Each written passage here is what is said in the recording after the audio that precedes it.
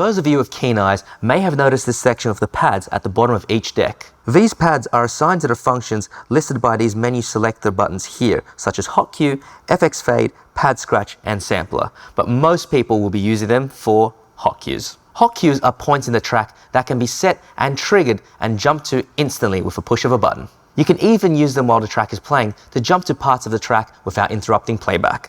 To set them is simple. Here I'm going to set a hot cue to where the breakdown starts in the track. To do this, I can use the jog wheel to scrub through the track to find the part where the breakdown starts, and I can also use these transport buttons here to fast forward and slow it down. Let's do that now. So that's where the breakdown starts. I want to set a hot cue. Now it's really simple. As you can see here, I have hot cue selected on the menu selector. All I need to do is press any of the empty hot cue slots. An empty hot cue slot is not illuminated. Once you've set it, it will light up. And now, every time I press the hot cue while it's playing,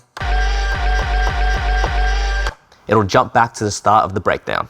To delete hot cue is just as easy. All you need to do is press the shift button and press that hot cue you want to delete.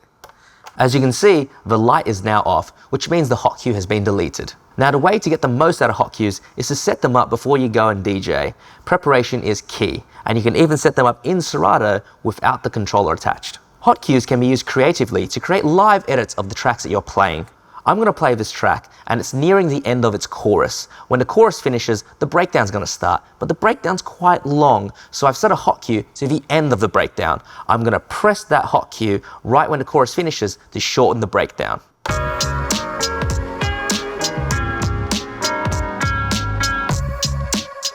And there we go, we've shortened the breakdown and it should end now. Another way you can use them creatively is by triggering individual hits like a drum machine.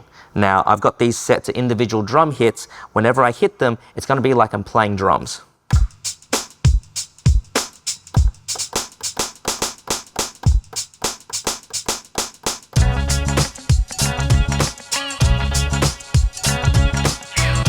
Perfect. So alongside hot cueing, there's also regular cueing. And to do that, we're going to need headphones. Now to use headphones is simple. On the SB3, the headphone controls are in the middle between the two channel strips. We've got the channel selectors, 1, 2, and also master. When they're illuminated, it means you'll hear those channels out of your headphones. And of course, this big knob here is the headphone level, to make it louder or quieter. Now the whole point of using headphones is so you can hear things that the audience can't hear. For example, if my channel fader for channel 2 is down, but I press the number 2 here and then start manipulating the deck, I can hear things in my headphones that you can't. Now here's how you set a regular cue point. All you need to do is choose the channel you want to cue on, make sure your level is at a comfortable volume, and then use the jog wheel.